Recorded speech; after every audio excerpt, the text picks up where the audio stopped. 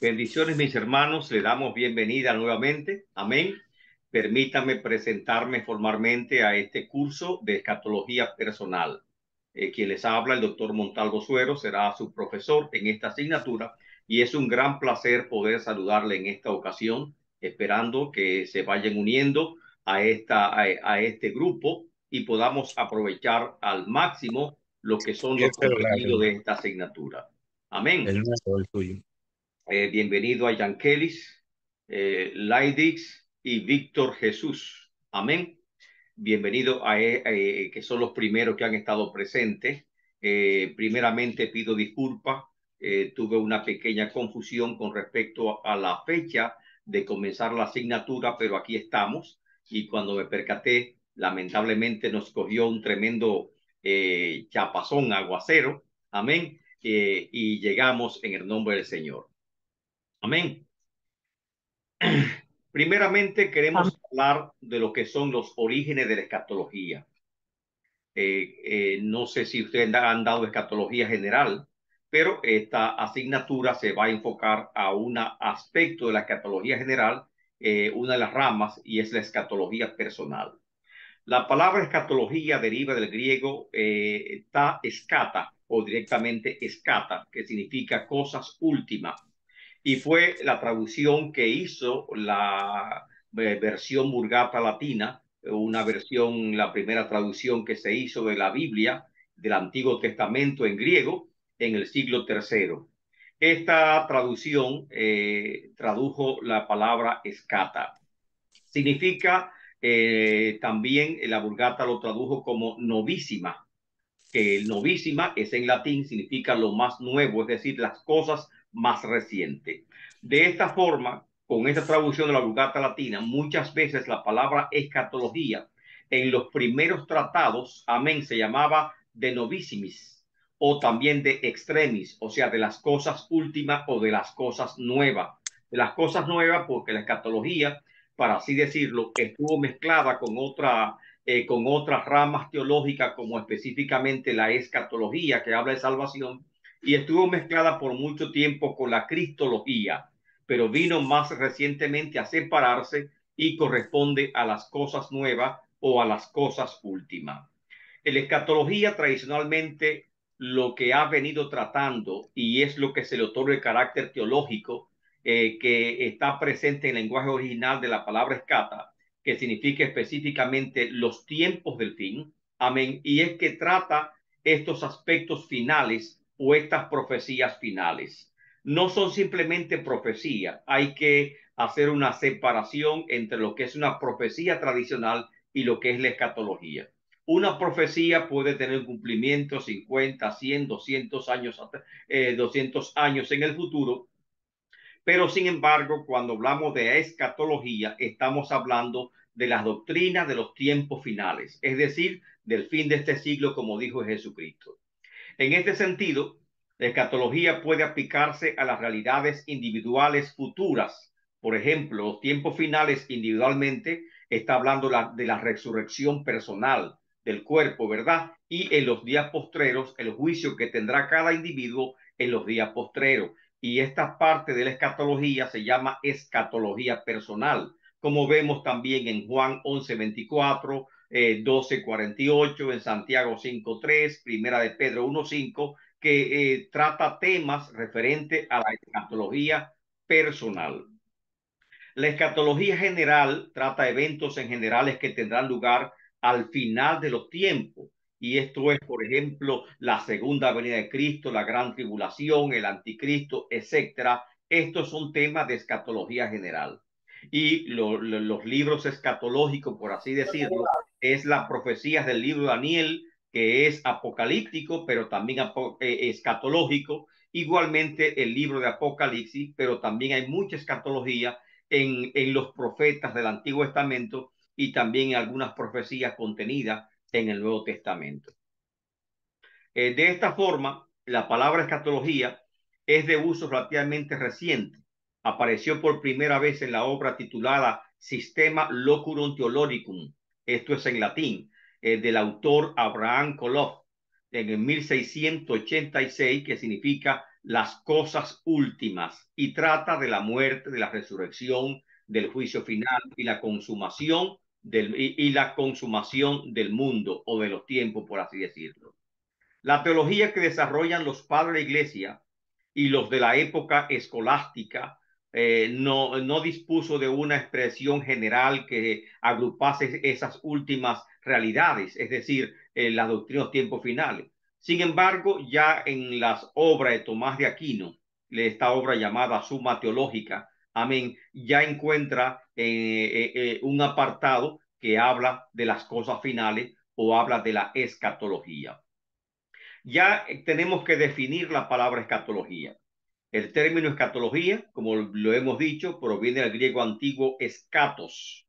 Amén. Significa último. Y logos, logía, logos, estudio, amén, estudios o ciencia. Por lo tanto, es la rama de la teología sistemática, porque agrupa un determinado tema específico y por lo tanto es parte de la teología sistemática que trata sobre las doctrinas de las realidades últimas o de las cosas finales. Se clasifica, como también lo hemos visto al principio de la introducción, en dos grandes áreas: la escatología personal o escatología individual, que trata de los eventos después de la muerte, es decir, el estado intermedio. Cuando usted escucha la palabra, conoce la doctrina del estado intermedio, significa qué pasa con el alma desde la muerte hasta la resurrección. Todas las doctrinas que tratan diferentes aspectos de esa realidad futura, desde la muerte a la resurrección, se llaman doctrinas del estado intermedio. Ahí aparece la doctrina católica del purgatorio, ahí aparece otra doctrina que habla del sueño del alma, amén, otra que habla del alma en estado consciente, amén, dónde está el alma desde la muerte hasta la resurrección y en qué estado se encuentra. Eso es escatología personal. También escatología personal, hablar de el como dije, el purgatorio, pero también del seno de Abraham, del Seol, por así decirlo, de la muerte, sobre todo de la muerte, son temas de escatología personal.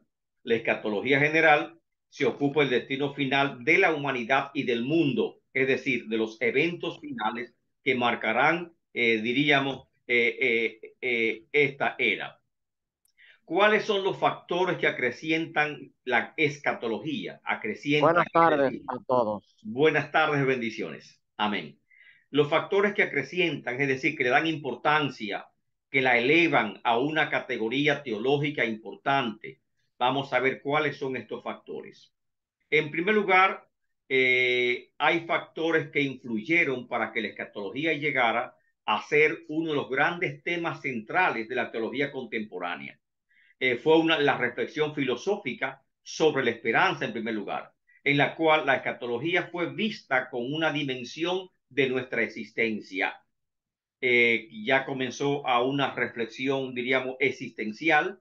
El hombre comenzó a indagar sobre la esperanza y por esa razón, amén, la escatología se convierte de esa forma en un tema importante. Resultó que mientras el progreso científico y técnico amenazaba con absorber al hombre moderno en el torbellino de las aspiraciones hacia un mejor nivel de vida, el tema de la esperanza pasaba a suscitar un interés creciente en la filosofía y en la teología de nuestro tiempo. El hombre y el mundo en su realización con el hombre fueron considerados tanto por lo que son hoy en día, sino que están llamados a ser, es decir, punto de vista del futuro. Estamos sumergidos en grandes cambios, mucha tecnología, mucha ciencia. ¿Cuál será nuestro destino? ¿Hasta dónde nos lleva lo que estamos experimentando actualmente? ¿Nos lleva tal vez hacia un desarrollo humano, plenamente hablando, o nos lleva tal vez a una deshumanización? ¿Dónde está la esperanza? Y entonces, lógicamente, que esto tiene que ver con cambios culturales profundos, por ejemplo, cambios de época. En la época, debemos recordar que en la época moderna, como así se llama, La época comenzó con la revolución científica, amén, y que siguió con otras revoluciones más como y grandes descubrimientos. Esa época el hombre estaba lleno de esperanza, tenía gran confianza en el futuro, y se pensaba, por lo tanto, que el futuro estaba controlado y que todo iría a una perfección enorme. Y la iglesia, lógicamente, pensaba que nosotros con la predicación del Evangelio podíamos establecer el reino de Dios en la tierra y que Cristo, después que nosotros estableciésemos el milenio, vendría por segunda vez a la tierra, amén, para comenzar a reinar.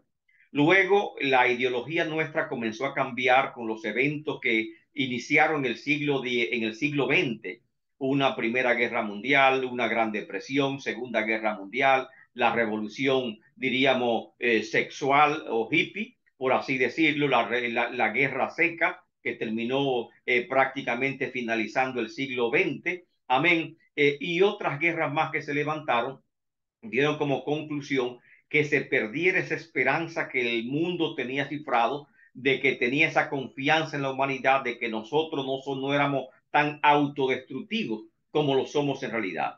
Y ahora tenemos una nube gris que nos dice que el hombre prácticamente es el lobo del hombre y que nuestro futuro no es tan seguro como antes se pensaba. Y en esta reflexión filosófica, amén, entra lo que es el tema de la escatología. La iglesia comenzó con ese tema, con la predicación y la inminencia llegada de Cristo. Amén. Tan pronto comenzaron estos eventos que le dije que son apocalípticos del siglo XX, ya la iglesia cambió lo que es su concepción, cambió su discurso y comenzó a predicar los temas escatológicos con más razón. Se descubrió así que el hombre no puede cumplir libremente sus decisiones, sino mediante su realización con el mundo y con otros seres humanos, como tampoco puede tener conciencia de sí mismo, sino mediante sus ligas con el mundo y con otros hombres. Tampoco puede construirse a sí mismo, si no es obrando sobre el mundo, ya que transformando al mundo es como el hombre se perfecciona a sí mismo y crece en autoconciencia y libertad. Y es lo que está en juego actualmente, nuestra autoconciencia y nuestra libertad. Y de aquí la importancia de estos temas escatológicos. Pero a pesar de todos los esfuerzos del hombre, no logra realizar plenamente con ninguna acción suya en el mundo. Ninguna conquista de sus acciones transformadoras del mundo representan para él la última etapa porque la supera todas en el momento mismo de alcanzarla. O sea, eh, nuestro progreso, ¿hasta dónde va a llegar? Primero teníamos esperanza en un progreso indefinido, un progreso enorme, amén, pero prácticamente hemos alcanzado muchísimos, hemos logrado muchísimos avances, amén, y estamos plenamente sumergidos en una crisis de idea, en una crisis existencial que nos hace pensar en estos temas escatológicos.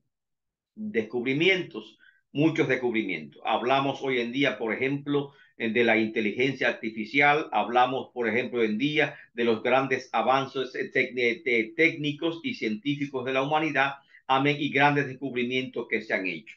Pero, lógicamente, nosotros creemos que se puede alcanzar más. Su esperanza va más allá de los logros, la esperanza del hombre. Camina delante de ellos esa esperanza y entre la tensión de su espíritu que lo impulsa a obrar y los resultados concretos de sus acciones, encuentra siempre un desnivel insuperable. Esto hablamos de un desnivel existencial. El hombre, por más avance, por más descubrimiento que haga, el hombre siente que no ha alcanzado su destino. Amén. Y por eso sigue buscando más. La acción del hombre sobre el mundo lleva pues aparejada la imposibilidad de quedar plenamente satisfecho. Por más que hagamos, siempre estamos insatisfechos, porque su aspiración fundamental de superarse a sí mismo no puede ser colmada, amén, dentro del horizonte de este mundo. Y por eso la esperanza del hombre que radica en lo ilimitado de su espíritu debe extenderse hasta el final de los tiempos. Una gran incongruencia. Tanto que nos afanamos, tanto que luchamos en este mundo, y si la vida termina aquí y no hay más después de este mundo, ¿para qué afanar tanto? Amén. Tantos descubrimientos, tantos avances, tantos proyectos que tenemos, pero si la vida se limita a esta sola existencia, entonces, ¿para qué nos impulsa a seguir adelante? Y este es el tema existencial. Y por lo tanto, en este tiempo, diría prácticamente ya comenzando el siglo XX, comenzó la época de un redescubrimiento de la escatología personal y su actual cometido. Fue el siglo XX que tuvo ese despertar debido a las grandes crisis que confrontó la iglesia y que confrontó el mundo. Se pensó en el aspecto escatológico en esta crisis que estamos viviendo. La escatología tiene hoy la conciencia de no confundirse con otras ramas de la teología sistemática. Por supuesto, tiene relación con algunas de ellas, de las cuales surge. Por ejemplo, dijimos que la escatología por muchos años, amén, no fue tratada como tal y que es una rama de la teología sistemática muy reciente, surge en el siglo XVII, propiamente dicho, aunque se hablaba de escatología, esta estaba mezclada con otras ramas teológicas. En la soteriología, que tiene relación, la escatología se relaciona principalmente con la soteriología. ¿Saben qué es soteriología? ¿Correcto? Amén. So Amén. Sí, sí. ¿Me pueden decir qué es soteriología? La soteriología es la doctrina de la salvación. Es Exactamente. La que la, estudia salvación del alma. del Correcto. Perfecto. Entonces, estuvo relacionada con la soteriología en el más amplio sentido del término, pues la soteriología trata como temas como la redención del hombre por Jesucristo, gracias a la cual el hombre mira el futuro con esperanza como una realidad personal. Por lo tanto, estuvo mezclada con la soteriología, que es salvación, porque si no alcanzamos la salvación, no hay esperanza personal en el futuro. La esperanza personal en el futuro radica en la obra de Cristo. Y por esa razón también se relaciona con la cristología. Durante los primeros siglos, los padres de iglesia no pudieron separar los temas escatológicos de lo cristológico, y estos temas estaban juntos.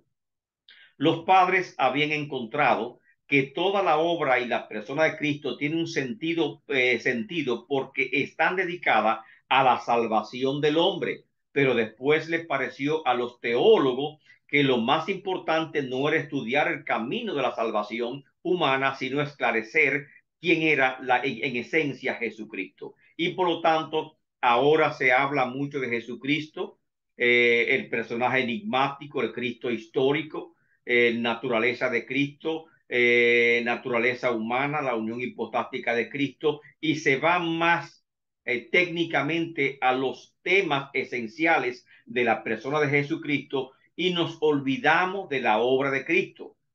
Y sin la obra de Cristo, lamentablemente, ninguno de los temas que hablamos en escatología personal pueden realizarse o pueden verse como una esperanza en el futuro para el ser humano.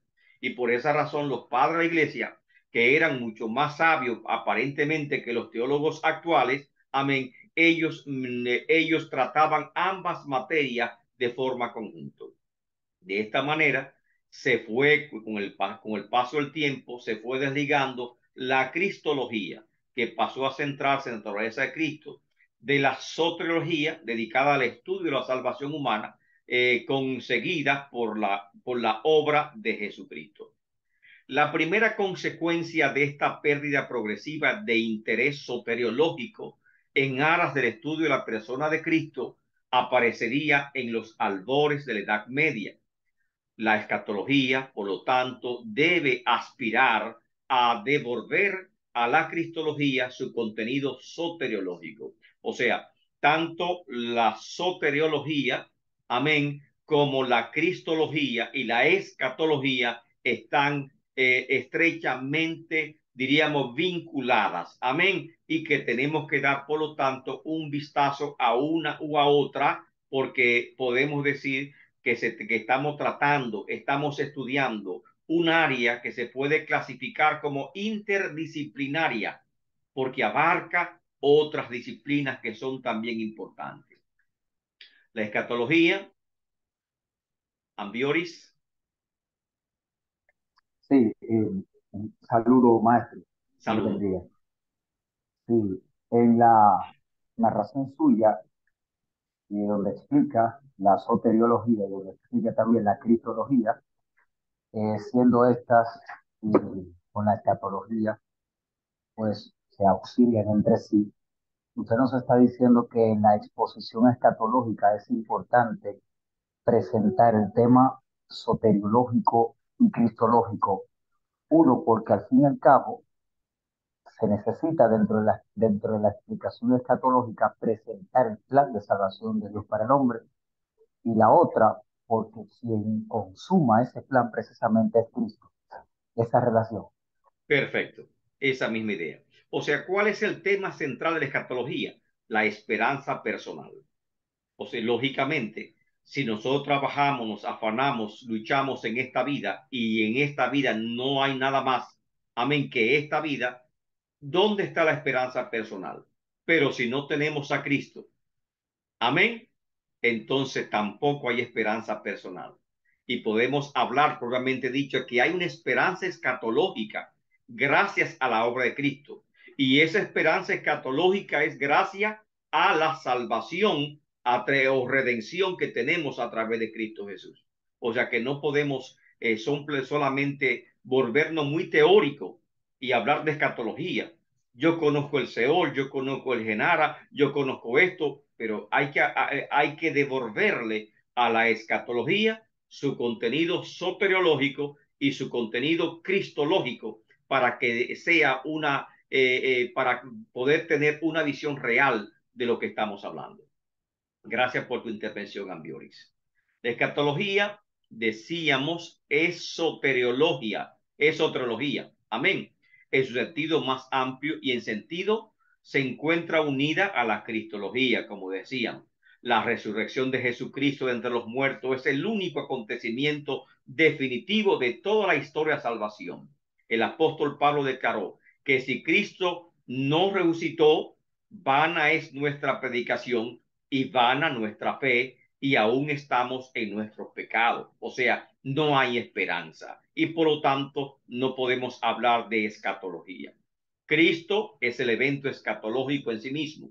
Su persona es el escatón, el máximo de salvación que Dios puede ofrecer al hombre. Y cuando hablamos de escatón, lo entendemos como la plenitud de lo opuesto a lo provisional. Amén. El escatón es lo máximo, lo perfecto, lo último de la salvación que Dios puede ofrecer al hombre, al ser humano y a toda la humanidad.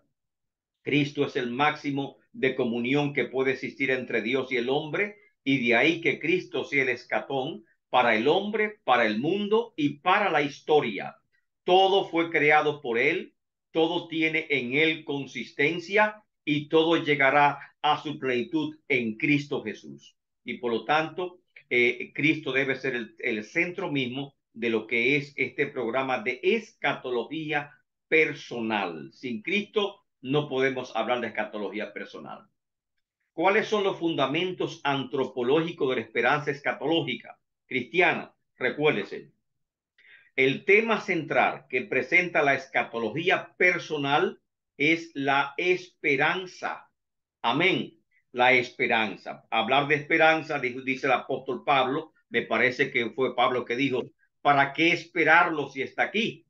Si ya lo tiene, no hay que esperarlo porque ya lo tiene. Lógicamente, la esperanza es nuestro anhelo de alcanzar cosas mejores en el futuro.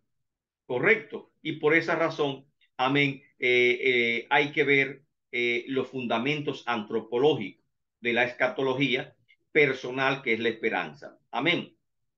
A nivel individual, el dato primero y absolutamente original que percibe el hombre de su propia existencia es la conciencia, es decir, la autoconciencia, porque es en dimensión consciente de sus actos que el hombre capta en forma inmediata su propio ser como algo real. Amén. O sea, nosotros primeramente somos persona y como persona lo primero que vamos a ver es que somos conscientes de nuestra propia existencia. Recordemos al filósofo René Descartes, amén, que habla ergo sum, pienso, luego existo. Y la conciencia de nuestra existencia, de nuestros actos acá, son los que nos dan esta dimensión de nuestro propio ser. El hombre es un espíritu hecho carne, según dice Génesis capítulo 2, verso 7. Amén. Alma vivificante. Un espíritu hecho carne que logra tener conciencia de su existencia solamente por el hecho y en la medida en que se encuentra encarnado, es decir, como ser viviente, una existencia real en este mundo físico, y así tenemos conciencia del que existimos. Su espíritu necesita de la materia, que es el cuerpo, para poder descubrirse y para poder actuar, ya que solamente puede expresarse a través de las realidades materiales concretas, de metas, de objetivos. Y a esto llamamos la unidad antropológica del hombre, que es espíritu, alma y cuerpo. Amén. El hombre no es solamente materia, el hombre es espíritu, el hombre es alma. Amén. Y el alma, hablamos de nuestro yo psicológico que hablan los psicólogos. Amén. Y por lo tanto, así como el hombre, su alma necesita de su cuerpo para poder tener una existencia real. Amén. Y formar lo que se llama esa unidad antropológica. Cuando hablamos de unidad antropológica, hablamos de alma, cuerpo y espíritu. ¿Correcto? Y estamos hablando de nuestra conciencia, de nuestro ser, de nuestra existencia. Sin embargo, el espíritu humano nunca quedará satisfecho con las realidades logradas ni con las metas alcanzadas. Es que su propia estructura antropológica le crea un dinamismo de búsqueda continua que viene a terminar con la muerte. O sea, el hombre en esta tiene que realizarse y se realiza a través de metas concretas, de logro de objetivos. Amén. Y así el hombre crece. Amén. Y eso está hablando de la antropología personal nuestra. Nosotros antropológicamente estamos creados por Dios para aspirar a grandes cosas, para buscar grandes realizaciones, no para conformarnos con pequeñas cosas. Amén. Dios puso en nosotros lo que es la idea de lo eterno, la idea de lo perfecto. Y esa idea de lo perfecto siempre nos empuja a esa búsqueda de Dios, a esa búsqueda de las cosas que son sublimes. Y por lo tanto, amén, no estamos satisfechos nunca con las cosas alcanzadas. Surge entonces la pregunta de si este dinamismo humano, que es propio, alguien tiene el micrófono abierto y está conversando. Amén, gracias. Amén. Este dinamismo humano que es propio. Amén, entiéndase. ¿Cuál es la característica de humana? Amén, que nos define. Tenemos conciencia de nuestra propia existencia.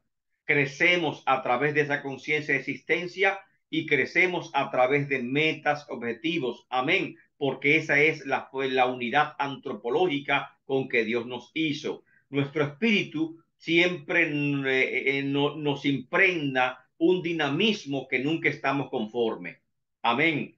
No sé, y eso parece que está en todo. Usted quisiera, por ejemplo, alcanzar una profesión, la alcanza, pero después está buscando otra cosa más que estudiar o otra cosa más que hacer. Quiere alcanzar una meta, la alcanza, se propone otra y nunca está conforme. Y ese es el dinamismo antropológico que nos caracteriza a cada uno de nosotros. Entonces surge la pregunta, que si este dinamismo humano será absurdo, ya que lleva al hombre a estar siempre deseando alcanzar nuevas metas para que al final todo acabe con la muerte y mueran también con él todos sus anhelos. Sería un absurdo. Amén. ¿Por qué tenemos ese anhelo, esas ansias de avanzar, esa idea de perfección? Amén. Si al final todo va a terminar con la muerte. Amén. Y esta es la idea. El miedo a la muerte surge así, por lo tanto, y radica en el pensar que al no tener ya cuerpo, tampoco tendremos conciencia de nuestra existencia, porque aparentemente el cuerpo es que nos da esa realidad de existencia. En creer que necesitamos nuestro cuerpo para darnos cuenta de que existimos, pues la muerte hará que el cuerpo deje de servir como soporte de nuestro espíritu. Amén. Entonces, perderemos nuestra conciencia, perderemos nuestra autoconciencia, razón de ser, nos confundiremos. Amén. Y eso es lo que se piensa. Tenemos miedo de que con la muerte corporal dejemos de tener un yo consciente. Sentimos vapor al terminar nuestra existencia con la aniquilación de nuestra propia conciencia, de nuestro yo psicológico. Con la muerte se pierde la conciencia, se pierde la realidad de nuestra existencia, se van nuestros sueños, nuestras esperanzas, nuestras luchas, todo perece con la muerte. Amén. Y por eso se perfila la muerte como el gran enemigo del ser humano. Si el hombre siente que vive en cuanto aspira y proyecta, porque así sentimos que estamos vivos. Amén. Y muchas veces cuando usted cae en letargo, cuando cae en lo mismo, busca un cambio, porque usted siente que está vivo mientras aspira y proyecta. Amén. ¿Qué sentido tiene esforzarse en una vida inevitablemente habrá que terminar? Si la muerte termina todo, no hay sentido en esforzarnos ahora. No puede el hombre con sus propios recursos dar el paso a una existencia más allá del mundo en que vive, ni asegurar su vida con la evidencia de su propia razón. Simplemente no puede evitar la muerte, pero precisamente es ese hundirse definitivo de la existencia donde la muerte revela que el núcleo íntimo del ser humano consiste en el anhelo irresistible de sobrevivir. Nadie está preparado para la muerte. Puede tener 80 años, 90 años, 100 años y nadie está preparado para la muerte. La muerte es algo extraño en el ser humano. Tal parece que no fuimos hechos para la muerte. Amén. Y no la aceptamos por más creyente que uno sea, no aceptamos la muerte. Amén. Ahí encontramos en Eclesiastés 3:11, donde dice la palabra, Dios puso eternidad en el corazón del hombre. Así que el hombre siempre está pensando en esa eternidad. De hecho, el hombre fue creado para vivir.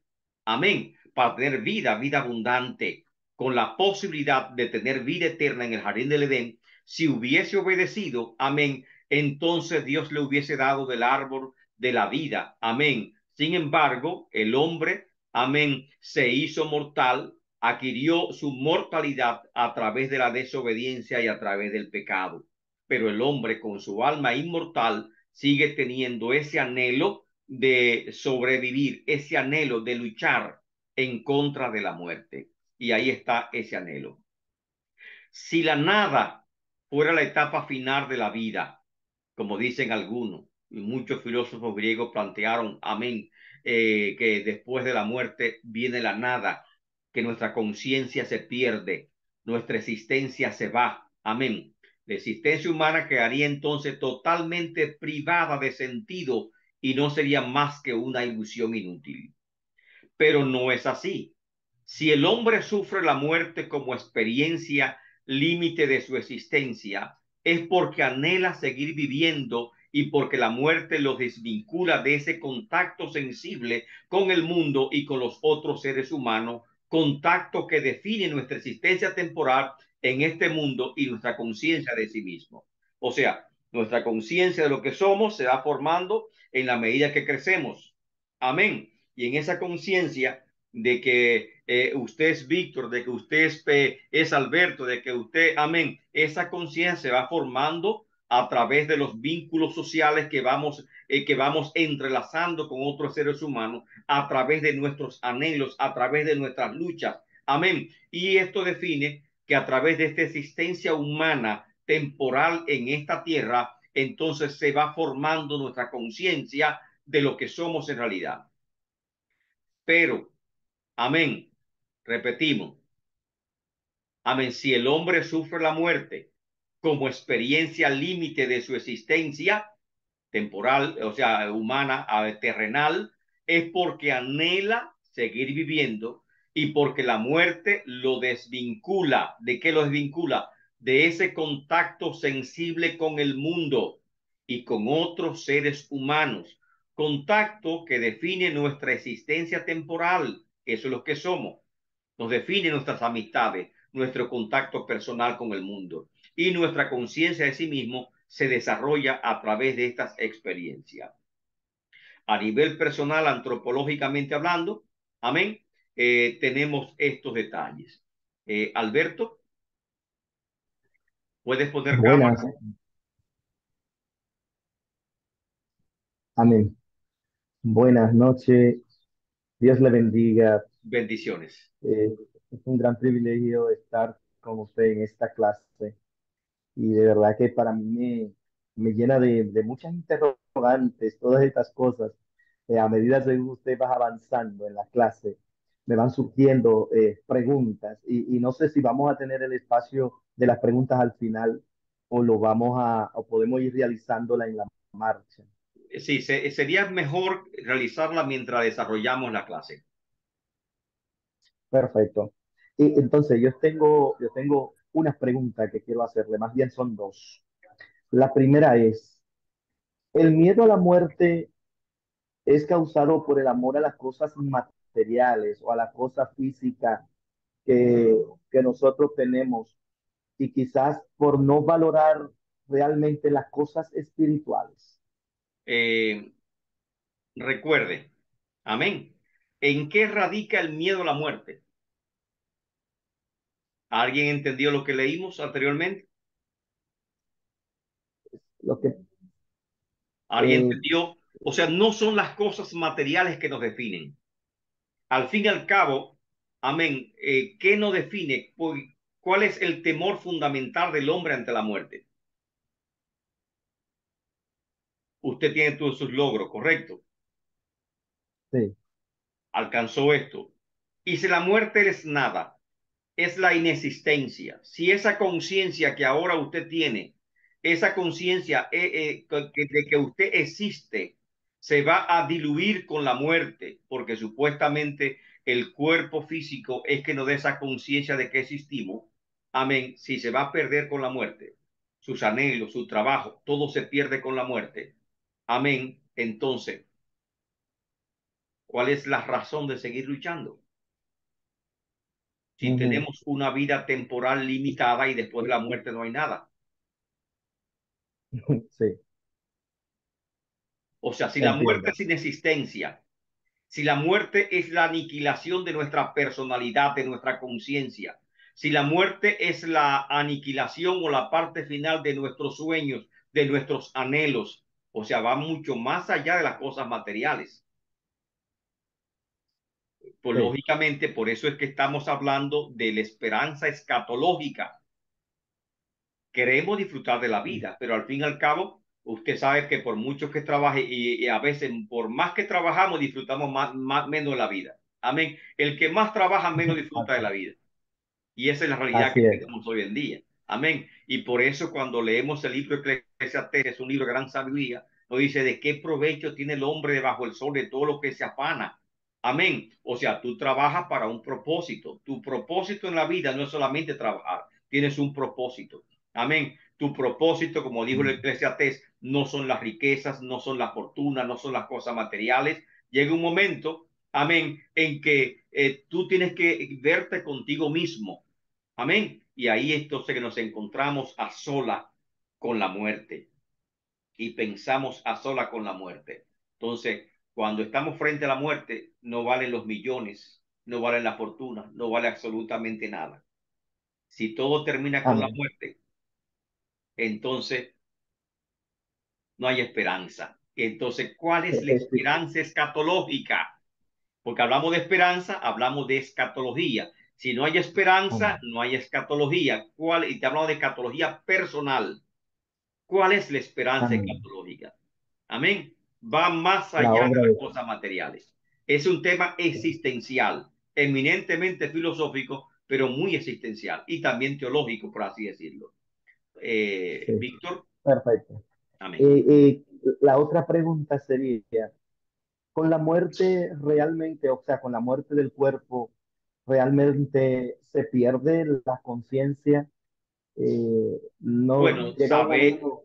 amén. Este tema que estamos tratando hoy es un tema de introducción, ¿verdad? Del Ujú. razonamiento filosófico que se ha despertado en este siglo XXI acerca de la esperanza del hombre a nivel personal. Y esa esperanza nuestra, desde un punto de vista cristiano, la vamos a desarrollar más adelante, pero ya sabemos nosotros, amén, que después de la muerte hay esperanza. Y esa esperanza radica en el hecho de la obra que Cristo hizo por nosotros. Amén. Y por eso es que hemos Ok, hablado perfecto. que la escatología o la esperanza tiene que estar entrelazada con qué? Con la cristología, con la obra que Cristo hizo por nosotros y con la soteriología. Amén. Porque están íntimamente mezcladas. Amén, amén. Tengo claro el tema de la esperanza. Lo que no tengo el claro el tema es de la conciencia más allá de la muerte. Correcto. Si, si más allá de Psicológicamente, la muerte nosotros estaríamos psicológicamente hablando, conscientes. psicológicamente hablando, la postura sería que el cuerpo, la existencia del alma en este cuerpo, es que establece, estructura lo que se llama la conciencia. Y la conciencia se forma con nuestra interacción, con nuestros anhelos, con nuestros deseos, con nuestras luchas, con nuestros logros. Amén. Se va formando la conciencia de lo que somos, de lo que es usted. Correcto. Lógicamente, aparte de la conciencia de nuestra propia existencia, está lo que es la autoestima. Perfecto, que es Ujú. parte también de nuestra personalidad. Ahora, si el cuerpo, la parte material, es tan importante que nos ayuda a formar esa personalidad, esa conciencia de nuestra existencia, de lo que somos, lo que nos define, en psicología, el yo psicológico, se pregunta, está hablando en términos filosóficos, no teológicos. Amén. Cuando perdemos el cuerpo, ¿se va la conciencia? Es la pregunta. Amén. ¿Se va la conciencia? ¿Qué opinan ustedes? Bíblicamente, no. Amén. Filosóficamente se presenta ese dilema, pero bíblicamente ya tenemos la respuesta. Amén. Jesús trató el tema cuando habló, por ejemplo, de la parábola del rico y Lázaro, que después de la muerte Gracias. estaba en estado consciente. Y también cuando habló con el ladrón en la cruz, que le dijo, hoy tú estarás conmigo en el paraíso. Y el libro Apocalipsis es claro cuando revela que, amén, que en el quinto, cuando se abrió el quinto sello, vio debajo del altar las almas de los que habían sido muertos por causa del Ay, testimonio de Jesucristo y sí. clamaban, ¿hasta cuándo harás justicia? Nos hará justicia y vengará nuestra sangre. O sea que la Biblia es clara de que habrá un estado consciente, pero eso vamos a tratar más adelante. Es un tema solamente para despertar ideas que lo tratamos ahora, porque vamos a ver la muerte y lo que es el estado intermedio. ¿Dónde está el alma? ¿O qué del alma? Primero, ¿el alma sobrevive la muerte? Dos, ¿dónde está el alma desde la muerte hasta la resurrección? Correcto. Tres, ¿el alma está en sueño o el alma está en estado consciente? La resurrección corporal, cómo será la resurrección, son temas que vamos a tratar en lo que es este curso de escatología personal. Ahora simplemente son algunas ideas de reflexión, amén, para nosotros seguir adelante. Amén. Despertar la curiosidad. Amén. Pastor Torres, Víctor.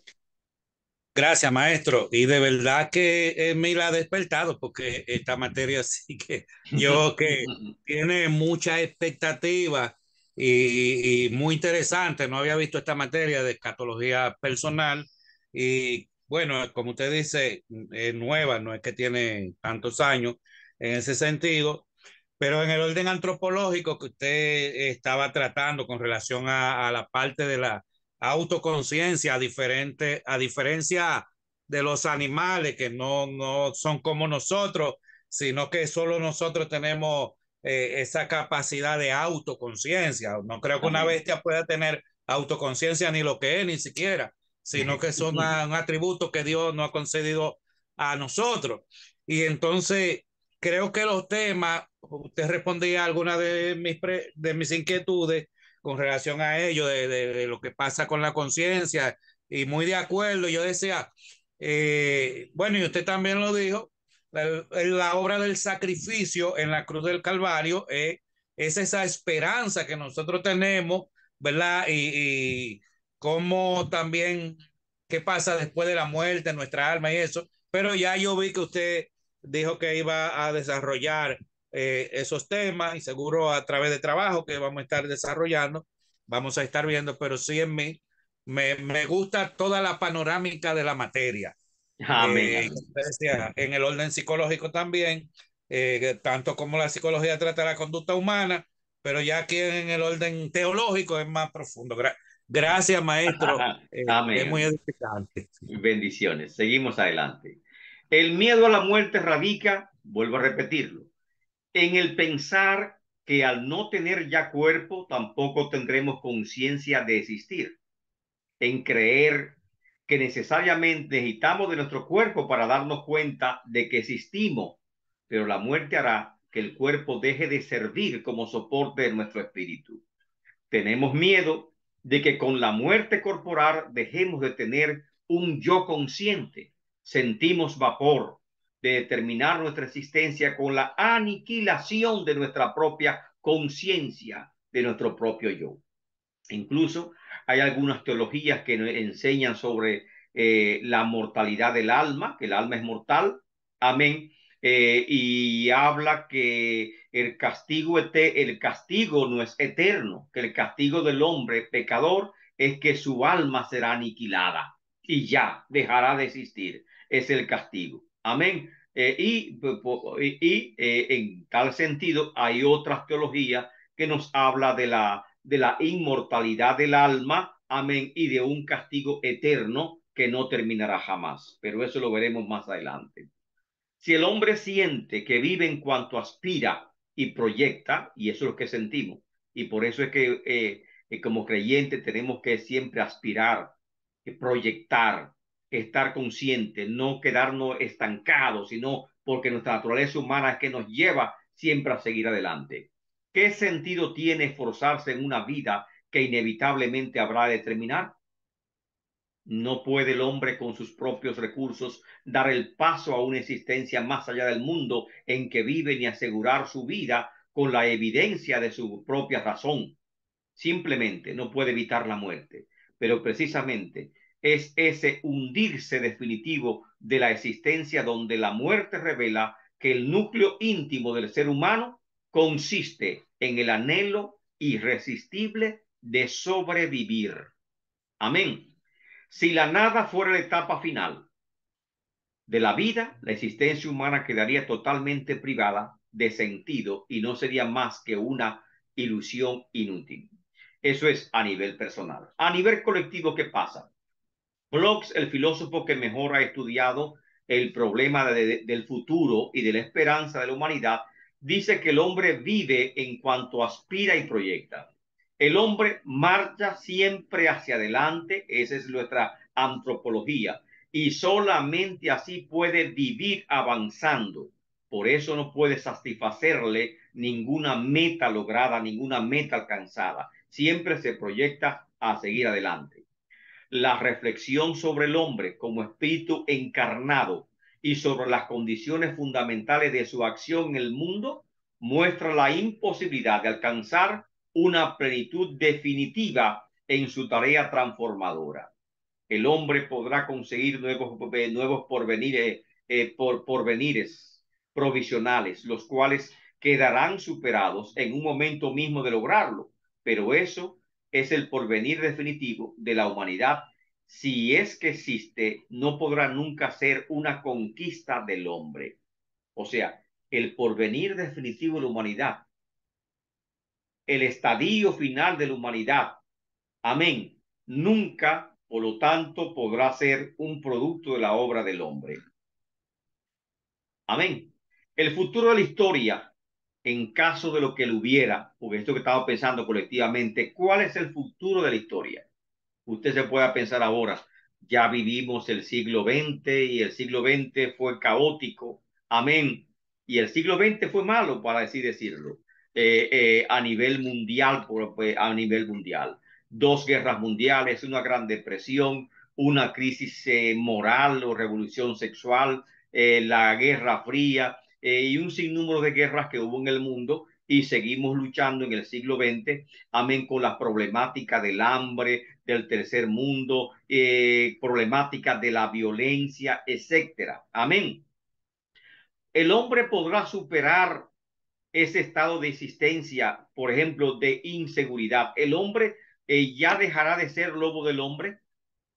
¿Dónde está cifrada nuestra historia como seres humanos? No a nivel individual, sino a nivel colectivo.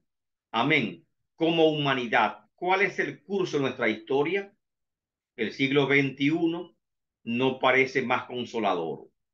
El siglo XXI comenzó precisamente ¿con qué? Con el terrorismo, el ataque terrorista del 9/11, siguió con una gran crisis bancaria, amén, y ha seguido con otras crisis una tras de otra, y la más reciente crisis que vivió el siglo XXI es la crisis del COVID, amén, que fue terrible, y por lo tanto no parece, amén, que tengamos un futuro tan consolador en este siglo XXI, sino que será un siglo de muchas confrontaciones. Ese futuro, esa esperanza de la humanidad en el futuro, hablando en términos cristianos, lo esperamos en Cristo Jesús. Y en Cristo Jesús es que dice la Biblia que la historia no termina por mano del hombre, sino termina por mano de Dios. Y es la Biblia que nos dice, amén, de un segundo retorno de Cristo, pero antes de un segundo retorno de Cristo, el mundo se va a hundir en la desesperación, se va a hundir en la crisis más profunda existencial que ha tenido, amén, con la figura de lo que es el anticristo. Y también, amén, será castigado con lo que es la gran tribulación. Pero ese porvenir de la humanidad tenemos que hablar como el milenio. Amén. El milenio es la esperanza de la humanidad como seres humanos. Amén. La importancia de la humanidad para alcanzar por sí misma su futuro definitivo, lógicamente que es un sueño. No hay futuro definitivo para la humanidad. Nosotros como creyentes sí tenemos futuro definitivo. ¿Cuál es el futuro definitivo de nosotros? Estamos pensando, amén, que inevitablemente habrá un milenio. Y estamos pensando que inevitablemente hay un futuro glorioso para el ser, para los creyentes en Cristo Jesús. Amén. Pero no la humanidad tendrá ese futuro. Por lo tanto, repetimos, la importancia de la humanidad para alcanzar por sí misma su futuro definitivo, así como sus aspiraciones que están siempre más allá de todas sus realizaciones, pone a toda la humanidad ante la opción de conformarse con lo poco que puede alcanzar en el mundo o de abrirse a la posibilidad de un porvenir absoluto que no podrá alcanzar por esfuerzo propio, pero que tal vez puedes recibirlo como un regalo o un don de Dios. Ahí está la humanidad, en ese dilema. Por tus propios méritos no podrás alcanzar ese futuro absoluto, pero Dios te promete un futuro glorioso, amén, como un regalo y como un don. En la conciencia de su existir como persona relacionada con el mundo, con otros seres humanos y con la historia, el hombre está llamado a confiar en la esperanza. Y frente a ese dinamismo impreso en su naturaleza humana, tanto a nivel personal como a nivel colectivo, solo el hombre actual tiene tres respuestas o tres posibilidades. ¿Cuáles son? Ahí está. Aceptar destino, pero sin esperanza escatológica, lo cual es difícil. un destino alcanzado por el hombre? ¿Qué destino glorioso o qué destino absoluto podrá el hombre alcanzar cuando hoy en día estamos hablando de la inteligencia artificial? Lo presentan como un logro, pero la inteligencia artificial va a dejar a muchas personas empleadas y va a incrementar la pobreza y va a hacer una marcada diferencia entre los ricos y los pobres. Así que no veo en ese desarrollo tecnológico científico un destino absoluto glorioso. Así que el hombre tiene que tener, tiene tres alternativas. Amén, tres respuestas. Uno, y escuchen bien, destino, pero sin esperanza escatológica. Ultimum, ultimum es destino. Sin novum, novum es esperanza escatológica. Ultimum sin novum, lo último, o sea, lo absoluto, lo que el hombre, la humanidad desea alcanzar, pero sin novum, sin esperanza escatológica, que es lo que tenemos nosotros. Una primera respuesta consiste en llegar a un máximo, amén, o un último del desarrollo personal, lo que implica bienestar, crecimiento humano, ecológico, cósmico. Si será posible que el hombre alcance todo eso, crecimiento humano, crecimiento ecológico, crecimiento cósmico. Dígame su opinión. ¿Puede el hombre, puede la humanidad por sí misma llevarnos a un estadio de crecimiento cósmico, crecimiento personal, crecimiento ecológico? Estaba hoy leyendo noticias sobre el cambio atmosférico y el fenómeno del niño que comenzó por los años 60. Amén. Y que hoy precisamente se rompe el récord mundial de calentamiento global en el mundo. Amén. Que ha alcanzado temperaturas récord. Y ese calentamiento global amenaza con la humanidad. Entonces, ¿hasta dónde nosotros creemos que vamos? Ahora hay una nueva espiritualidad en creer en lo cósmico, en el aura. Amén, una espiritualidad falsa, amén, que el hombre no ha crecido humanamente hablando. Y creo que en vez de desarrollarnos, el hombre ha ido decreciendo para atrás porque estamos perdiendo lo humano y la cultura muestra que nos estamos deshumanizando. La educación no nos ayuda. La educación regular, secular, no nos ayuda a humanizarnos porque aún las humanidades que eran ciencias humanas ya se han sacado de los currículum educativos de tantas escuelas como universidades, ya no se imparte eso y los niños no reciben lo que son las ciencias humanas. Amén. Las artes, las bellas artes no se reciben. Entonces, por lo tanto, no entiendo qué desarrollo cósmico, amén, puede alcanzar el hombre por sí mismo sin la esperanza escatológica. Esa es una. El destino sin esperanza escatológica. De ser así, la respuesta no sería trascendente, sino que se encontraría habitualmente ya presente en la propia persona o en toda la humanidad en este mundo, y para hacer la realidad solamente bastaría con desarrollarla al máximo. Llegará el momento en que no habrá miseria, de que no habrá hambre, de que no habrán guerras, de que no habrán apagones, de que no habrán escasez alimenticias. Llegará el momento que la humanidad podrá vencer, amén, todos estos factores que nos limitan. No habrá explotación, de que ya no pensaremos en lo que es el riesgo humano o inseguridad ciudadana, como se pensaban antes, ¿verdad? Que no habría necesidad de cárceles. Amén. Solamente diríamos, eso se puede pensar a nivel ideológico, pero no como una utopía. Amén. Pero lógicamente no como una realidad. De hecho, la primera posición de Novus, amén. Amén. Esta de destino sin esperanza escatológica carece de sentido. Segunda posición, dinamismo absurdo. Una segunda respuesta consistiría en pensar que ese dinamismo impreso en nuestra estructura humana es absurdo, que no llega a ninguna parte, que no tiene respuesta. De ser así, Resultaría absurdo que el hombre siempre estuviese deseando conquistar nuevas metas, nuevas fronteras, hasta que la muerte llega repentinamente poniendo punto final a todos los anhelos y los deseos del hombre. Así que la segunda respuesta, dinamismo absurdo, aceptar esto. Amén, que nos lleva a una posición de pesimismo. Amén. Y la tercera posición, destino con esperanza escatológica. Ultimum con novum. La solución cristiana es precisamente escatológica y declara que existe un novum trascendente. Amén. Que da sentido a este dinamismo. Ese novum es Cristo como escatón, como plenitud que nos da sentido al hombre, que da sentido a la historia, que da sentido al mundo.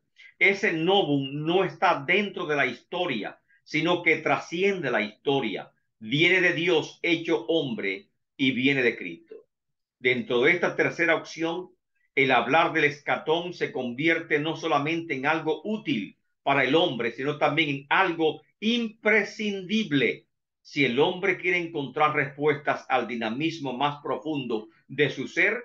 Necesita encontrarse con Cristo como escatón. Amén. Y ahí lo tenemos. Ahora, estos fueron los fundamentos antropológicos y filosóficos, por así decirlo.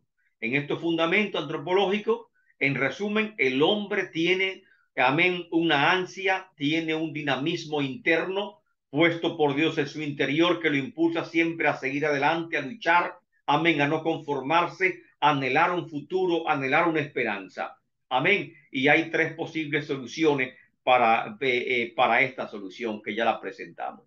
Ahora, es el fundamento antropológico. Fundamento teológico de la esperanza escatológica cristiana. ¿En qué se basa la escatología personal? Primero, hay que ver la escatología en los pueblos antiguos. ¿Existió la escatología en los pueblos antiguos, en las culturas antiguas? Sí existió. ¿Cómo la vemos?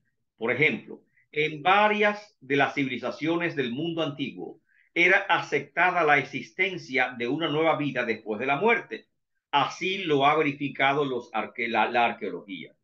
Un buen ejemplo de ello lo tenemos en el descubrimiento de una tumba real en la ciudad de Ur, lugar de donde era originario el patriarca Abraham.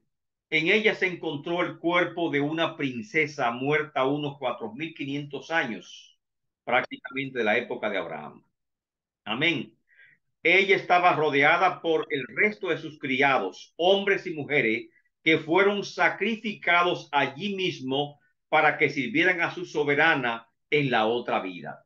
Es una costumbre antigua de los pueblos bárbaros, pueblos no creyentes, que cuando un rey moría, amén, como había esperanza en la otra vida, los siervos personales del rey, su esposa, tenía que servir en la otra vida, así que sacrificaban a su esposa y sacrificaban a sus siervos y lo enterraban junto, amén, para que en la otra vida le sirvan también.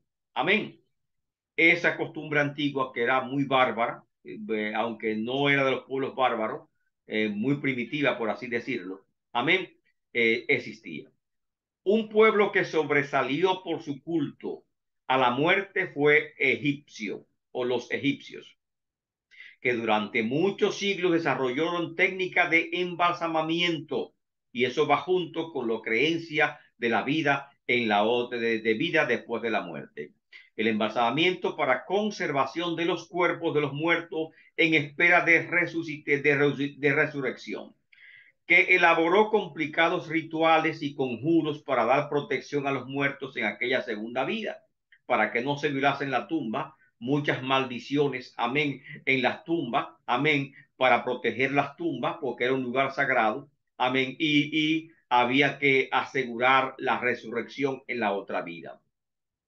Las sepulturas egipcias rodeadas de toda clase de útiles, armas, tesoros, a los guerreros con sus armamentos, con sus corazas, con su dinero, lo enterraban también a las personas, porque supuestamente el dinero y la riqueza, amén, ellos se iban con su dinero y con su riqueza, ¿verdad? Muy bonito lo que la idea que tenían sobre la otra vida, amén. Lógicamente, no nosotros.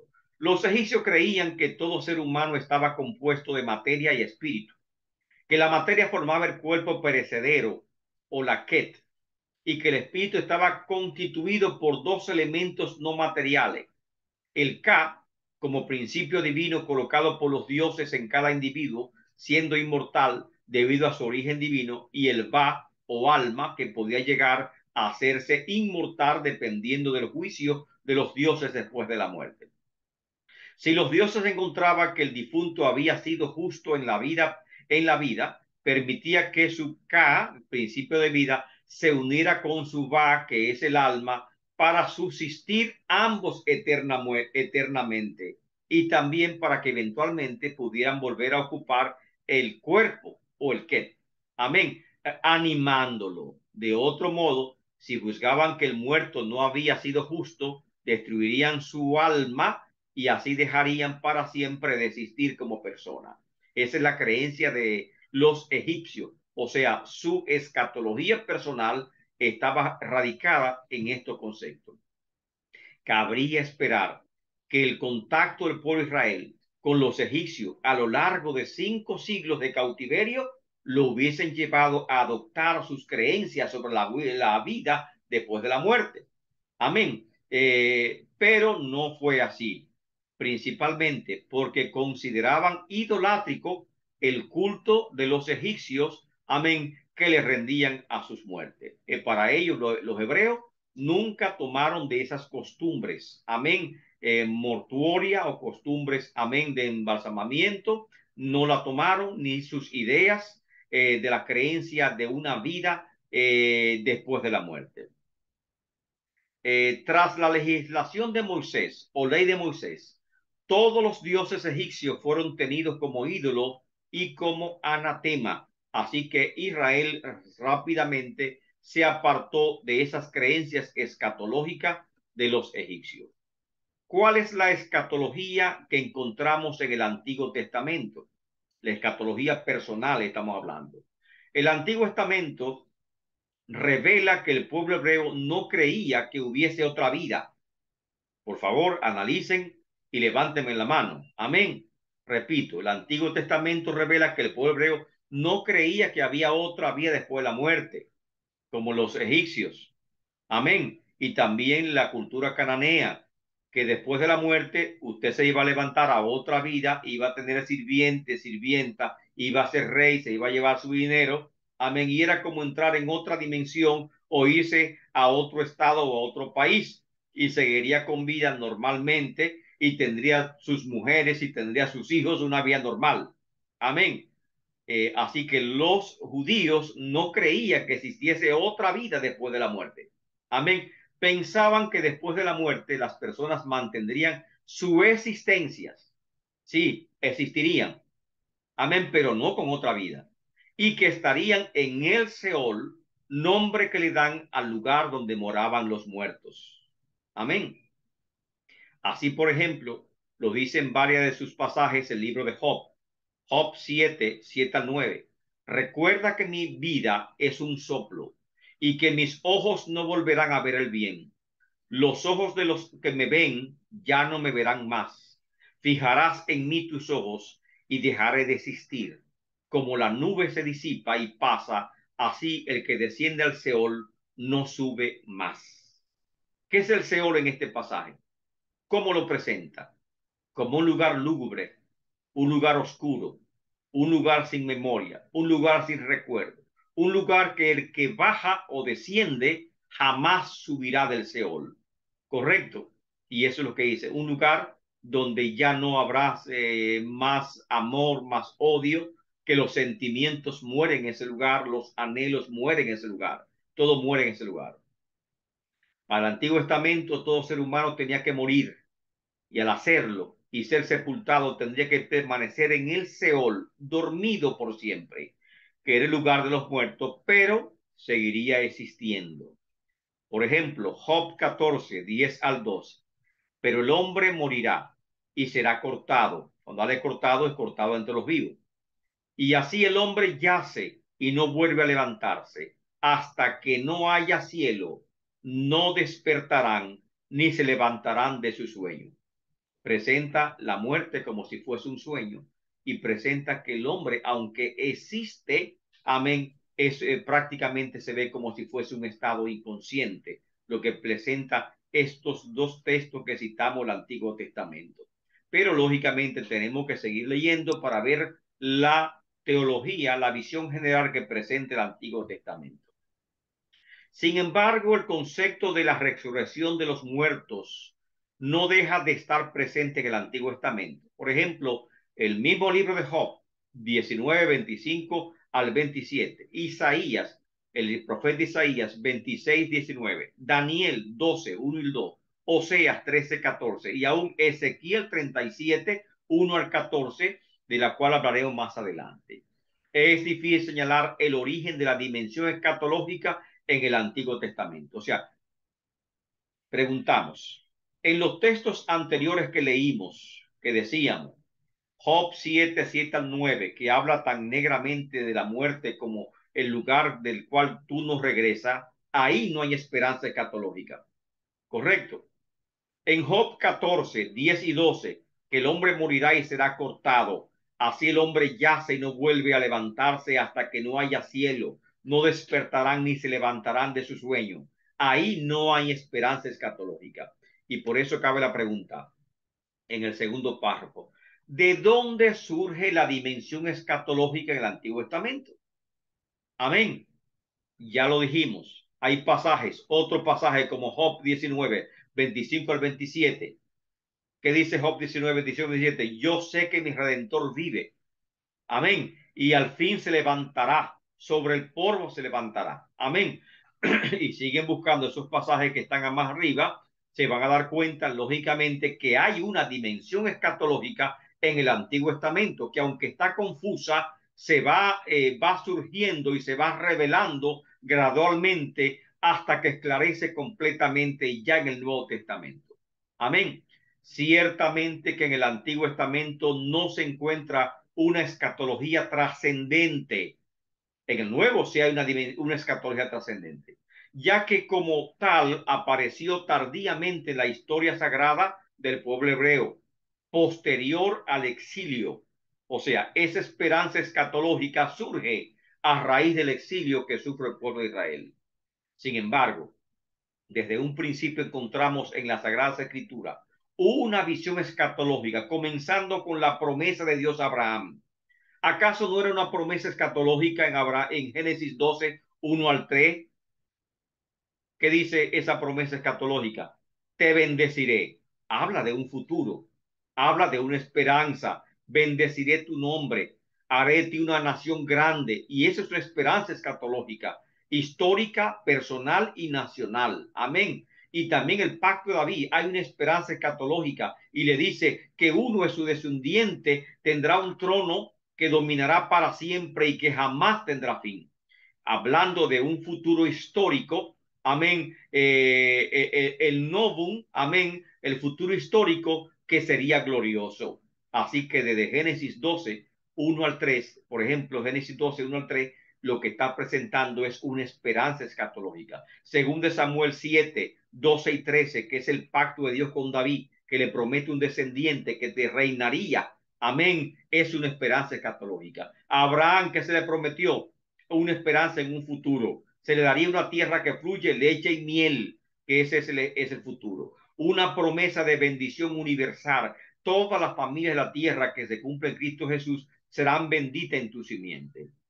Y habla también con Abraham de un reino mesiánico. Dios promete un descendiente de David que se sentaría en el trono de su padre y reinaría para siempre. Y por lo tanto, esto me está hablando de una esperanza escatológica.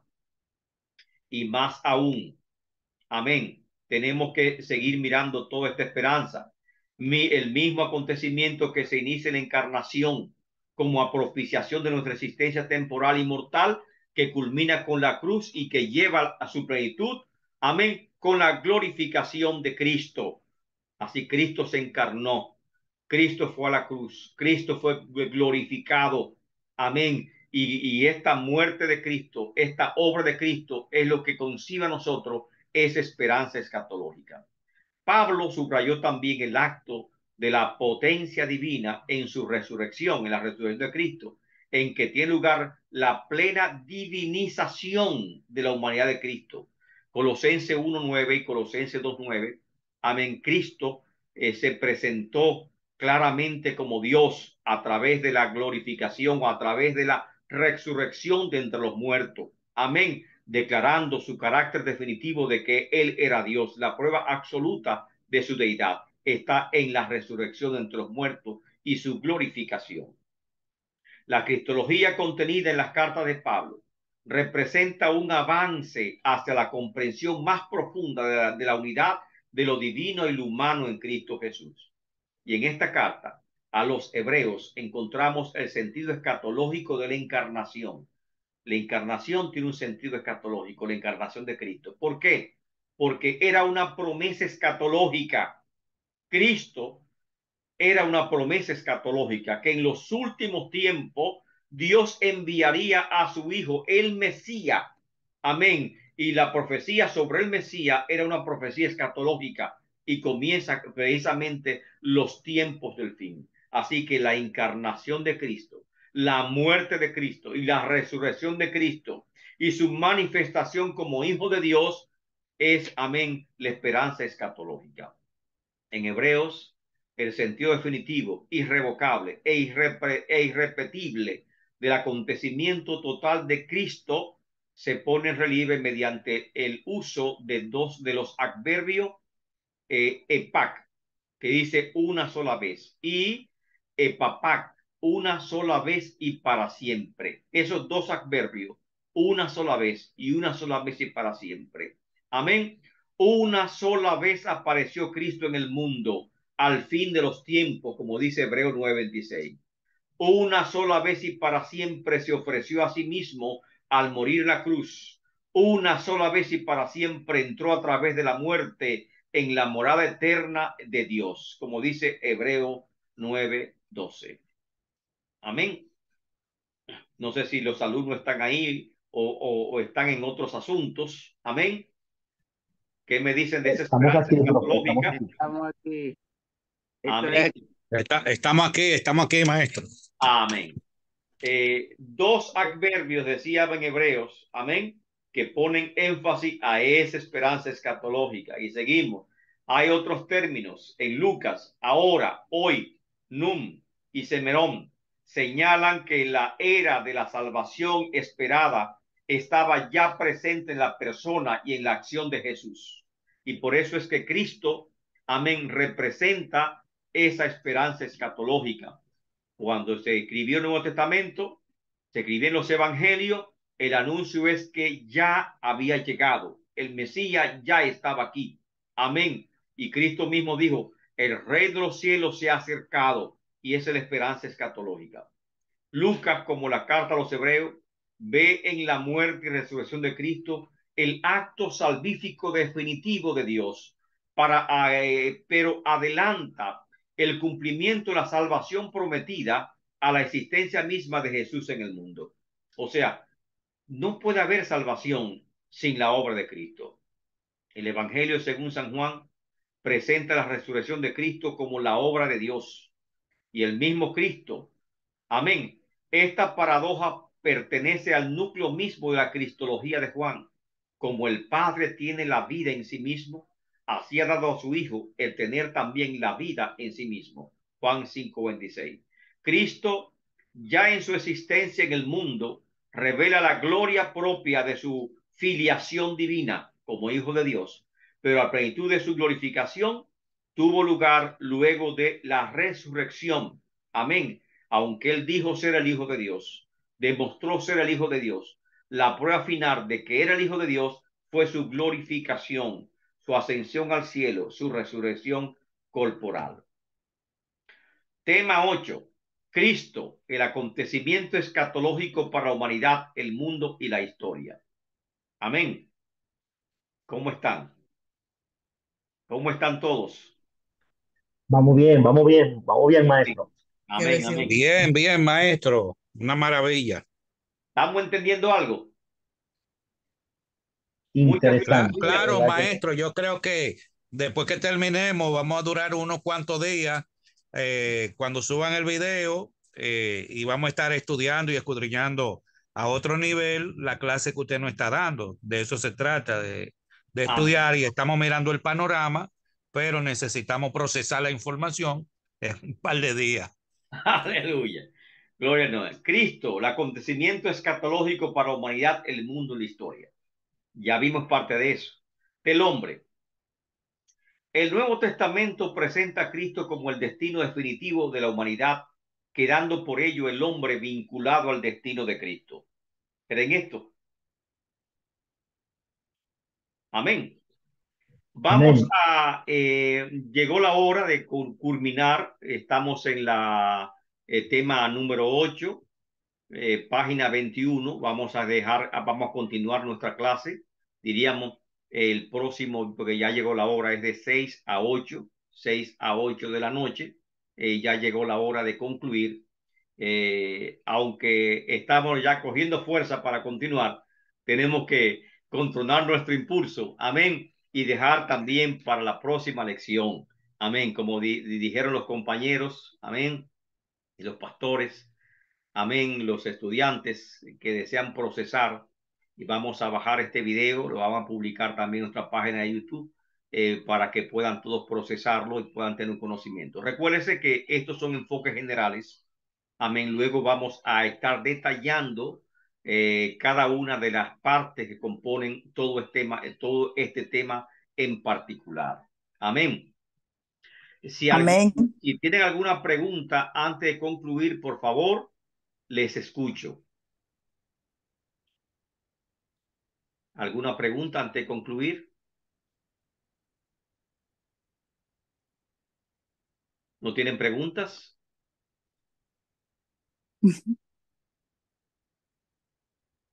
Perfecto. Entonces vamos a nos quedamos sin habla, doctor. Aleluya. El tiempo pasó muy rápido. Sé que hay un poquito de filosofía, un poquito de teología, de visión general, amén, en todo lo que estamos tratando, pero esperamos Dios mediante que podamos, amén, tener todo, amén, que esta sea la introducción para la materia y que ya podamos ir entrando, diríamos, en detalle en la próxima clase. Cuídense mucho, amén, por favor, en la página del grupo. Mándenme su correo electrónico, sus nombres y correo electrónico, porque le voy a enviar a través del correo electrónico lo que es el contenido de esta clase, esta presentación que tenemos hoy, la que vamos a presentar más adelante. Amén. Se la voy a enviar al correo electrónico para que la tengan de forma escrita, además de que compartiré por el grupo lo que es el video de esta clase. Amén.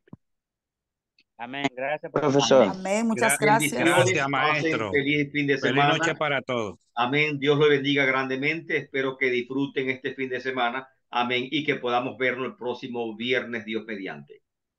Amén. Amén. Muchas gracias. Buenas noches, doctor. Buenas noches. A los compañeros.